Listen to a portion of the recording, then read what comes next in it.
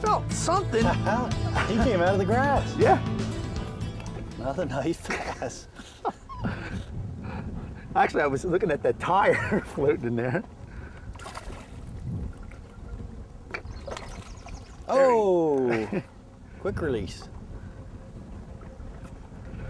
Again, what we're doing, it's hard to see, but there's a band of grass along there. And I was just dragging the worm through the grass, and I felt just, you know, like you're pulling through, and all of a sudden, and he just lifted it right and took it right off. That's awesome.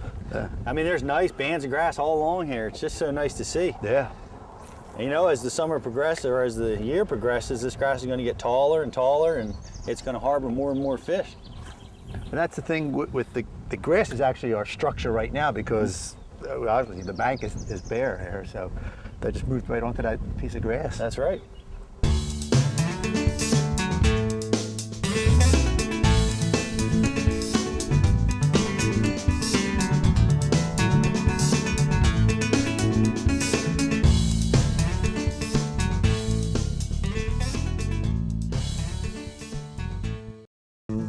And now for a closer look at today's tackle, Delaware Valley Outdoors presents the Tackle Box.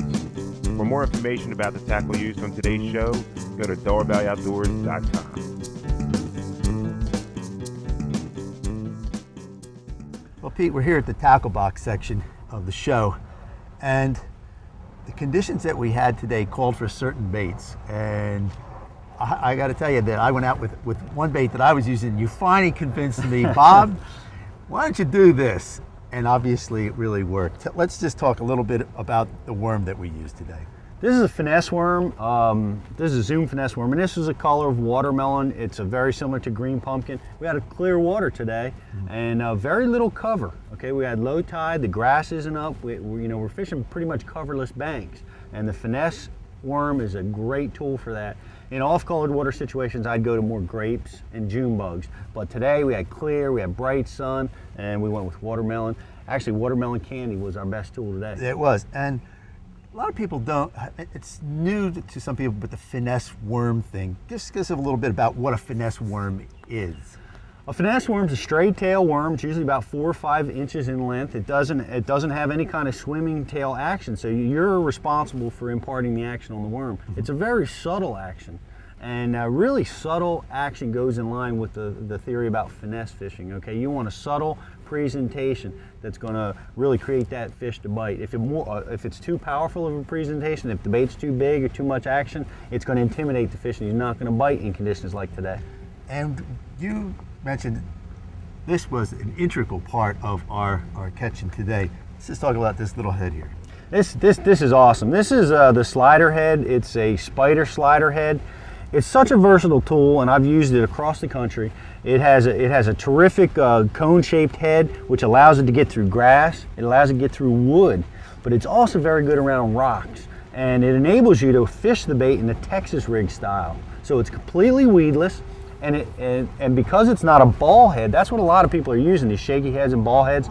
They tend to fall straight down. The spider slider head glides, so it gives a completely different presentation on the fall. And that's where you're going to get most of your strikes anyway. But this is a hot little tool. It is, and in fact, it remained weedless, and you could still drive this bait a good distance, because one of the things that Pete is really good at is that's skipping.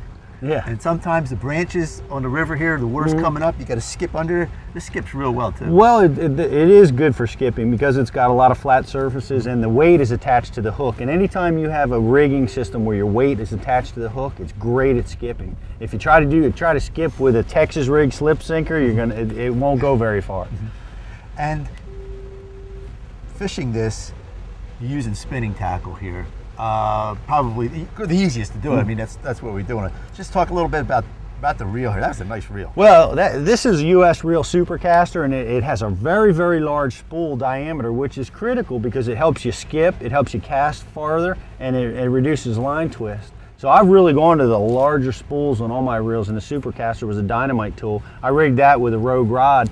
Very light graphite, a 7-foot rod, which is going to allow me to get longer casting distances. And a lot of times we were fishing in 5 to 10 feet of water, and I like that 7-foot Rogue because it picks up a lot of line. A 6.5 foot line, you won't get as good at hook sets. So the 7 foot's better. 7 foot, and then what, medium action? It's medium heavy action is actually what I was using. And because I could say that because we were throwing into a trees, and let's talk about that. But you really had to pull those fish away from that structure, so you needed that rod to. Yeah, we had isolated cover, and you know, fish can easily get around that stuff, so it helps to have some backbone to get him up and out.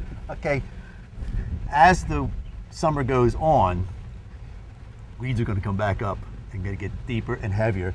And you said, Bobby, you got to talk about this. Well, you know, we fished this in the springtime of year. Just a month from now, the grass is going to be up. It's going to be matted over, and we're going to go with jig fishing. We're going to go with power tools, and this is a Jig X. It's a super weedless jig, and it actually, the line ties behind the jig head, which allows it to get through that grass and allows you to get good penetration into that grass, which is very important. And you know, I'm rigging that with a much more powerful road rod. This is a 7 foot extra heavy. I go with bait casting. I go with 20-pound test.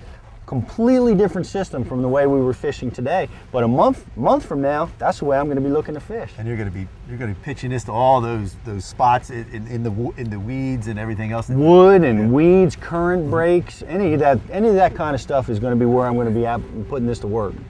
Color, is this your favorite color? I mean, this is like probably the standard color that we all use, but you got to go with it. Well, you know, it's sometimes the simplest things are the best things, and black and blue has been proven to be very effective throughout the country and continues to be a great tool. Now, black is probably the most visible color under the most different types of water and light conditions that you're dealing with, and a lot of the forage, you know, crawfish and bait fish all have black in them, so it's a great tool. But in real clear water, I'll throw jigs that are green pumpkin. Well, I know this does good, and a little bit of a rattle on there just to shake them up. Delaware River, slider fishing with a finesse worm, jigs, Pete Glusick. That's great, and that's the tackle box. He's coming out off the end of that point.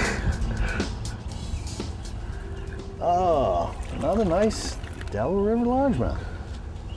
Delaware River, largemouth Pete Glusick. Oh. Sorry, I slapped that fish out of the head. Pete, thank you for taking us down here. Oh, it's a pleasure. I always have a good time fishing with you. Hey, I'm Bob Murray, Delaware Valley Outdoors. I'll see you on the water. I like when I came right off of that point. Right off the point. Hey.